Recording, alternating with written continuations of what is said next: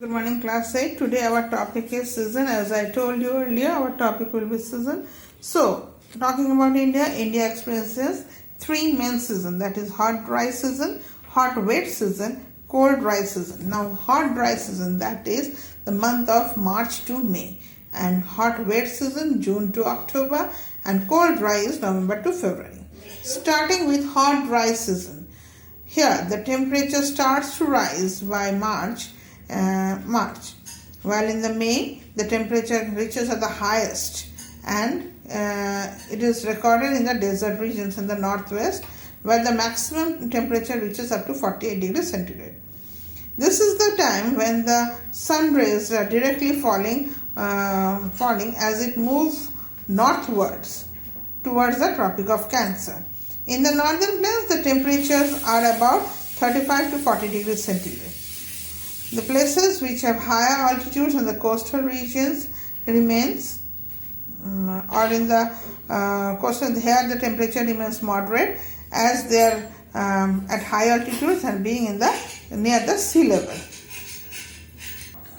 The high temperature during this season leads to the ascending of air currents, which cause local storms and in some areas. At some places, these storms are accompanied by conventional showers. You know what is conventional shower? That I have made you understand. The storms have different local names in different places. Like in Rajasthan, the hot winds are known as Lu. In Kerala, it is known as mango shower because it helps in the ripening of the mangoes. In Assam and West Bengal, these are known as Kal Vaishakhi, meaning calamity of the month of Baisakh, and sometimes it causes damages to the properties and the trees.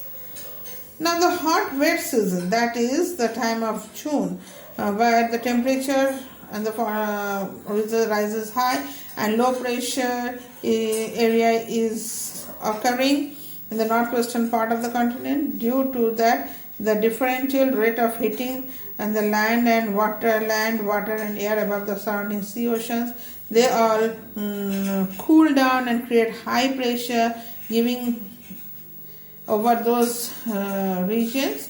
This air moves from high pressure region and now to low pressure regions. That means from the sea to the land.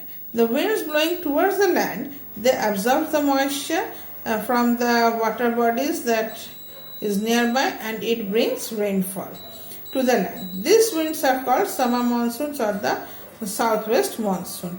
But they bring heavy shower accompanied with thunder and lightning also. This rain bring relief in the scorching heat that they are experiencing till this month, from May, June.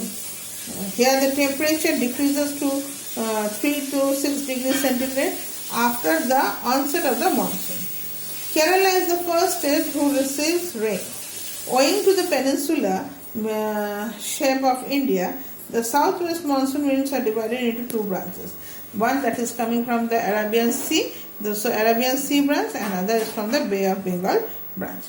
The Arabian Sea branch becomes stronger and brings heavy rainfall at a height of 250 centimeter in the western part of the Western Ghat.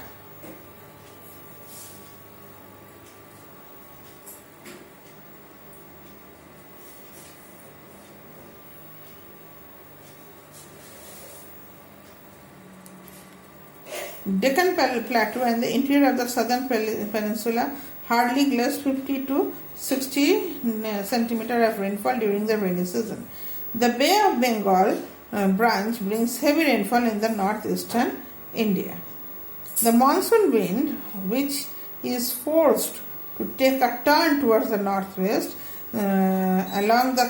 because there is a curve and Himalaya protects those to go out, causing heavy rainfall in the northern plains. When they return back, it brings heavy rainfall. The Himalaya blocks these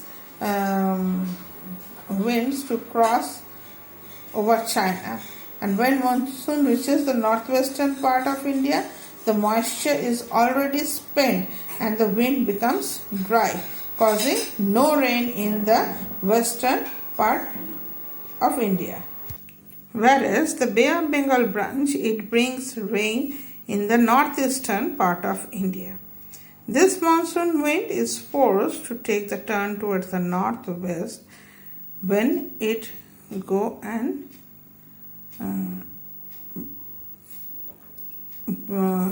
hit the curves of Himalaya.